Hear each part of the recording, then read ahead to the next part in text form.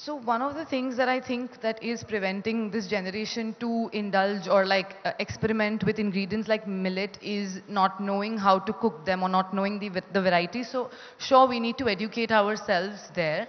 But I have a question for Raksha here. So with dry fruits and nuts, you have to soak them to extract the anti-nutrients.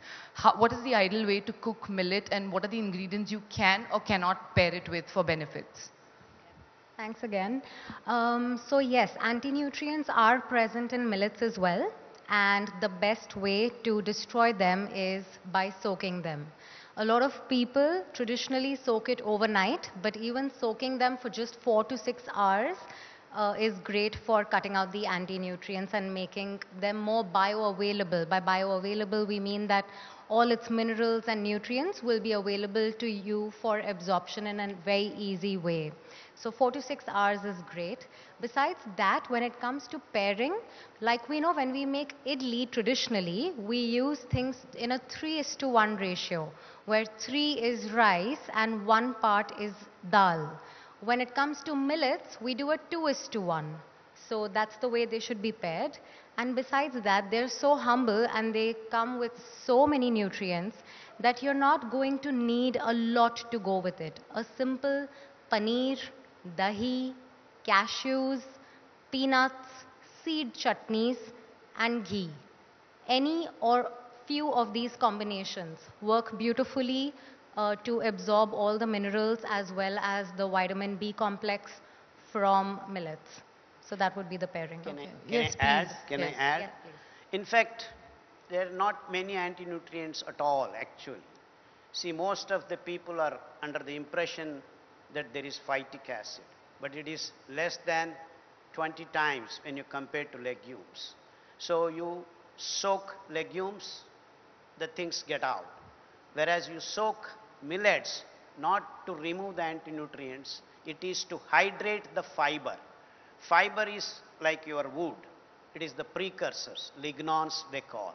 So if you hydrate the fiber, then only it just can allow you to cook. So it is the cooking that requires the soaking of the grain because the layers are deep inside the grain. Unlike rice and wheat, just remove the husk, you are getting rid of the fiber, zero point 0.2 grams of fiber in the rice, that white rice. So when you soak, you are hydrating the fiber, which then weaves its magic to the extent that EMF, electron motive force, which is the source of all diseased conditions, to the level of mitochondria, to keep mitochondria young all the time.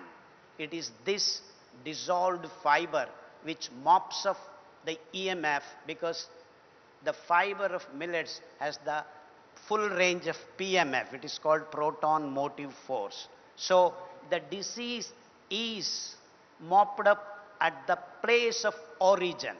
So the disease is not generated at all. There is no free radical coming into picture. There is no superoxide radicals roaming in your body. So you maintain the balance at the energy level. This is the most important aspect of fiber that is protecting you to see that disease is not even originating.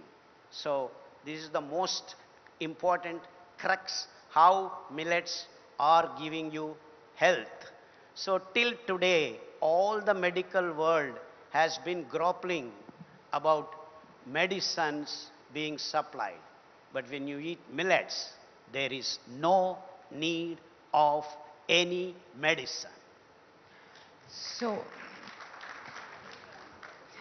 okay, so I have a question for Chef Manisha. Is how do I convert a millet hater into a millet lover? Because if I make my millet roti in the morning and take it and eat lunch at 2 o'clock, I'll probably eating something that tastes like sawdust. So how do I make it exciting? I think first of all, it's very important to take millet on the face value, rather than just getting too deep into that nitty-gritty of it. Make it very easy, make it little more interesting, make it little more fun. My take is that I don't like to cook millet in a very traditional way per se. Can I add it to If I need lasagna? to- Can I add it to lasagna? Can I add it to a taco? Absolutely, absolutely. So if you're going to make lasagna at home and going to start the lasagna sheet at home, why don't you fortify your regular maida or atta?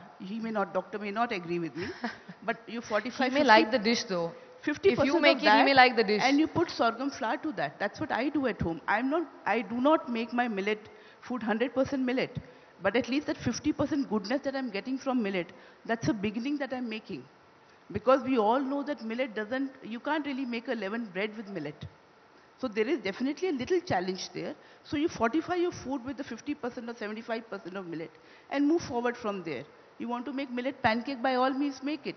Take ragi flour, take 20% of whole wheat flour to that. Your texture will be brilliant and you will not compromise on the taste at the same time. So I think you would say that it's easy to start small, it's easy to start with these experimental dishes before we Absolutely. commit to that diet. Absolutely. Find your own answers in your own pantry. Okay, so I have I do want to add here that because of gluten, that easy to cook nature comes when you have the wheat. But then there are many more wonderful food items on this planet called tubers. Instead of gluten, you can go to glutinous carbohydrate. So this has been worked out. Lot of Colocasia family tubers add that not gluten, it is glutinous. That means the wonderful texture that you want by adding to 20 to 30% of tuber glutinous carbohydrate, you can make better chapati, better pizza base, whatever you want, better noodles. That we have done already. All these things are But I worked think out. that So please do get away from gluten and wheat. Wheat is a big no, no, no, no for human gut. okay.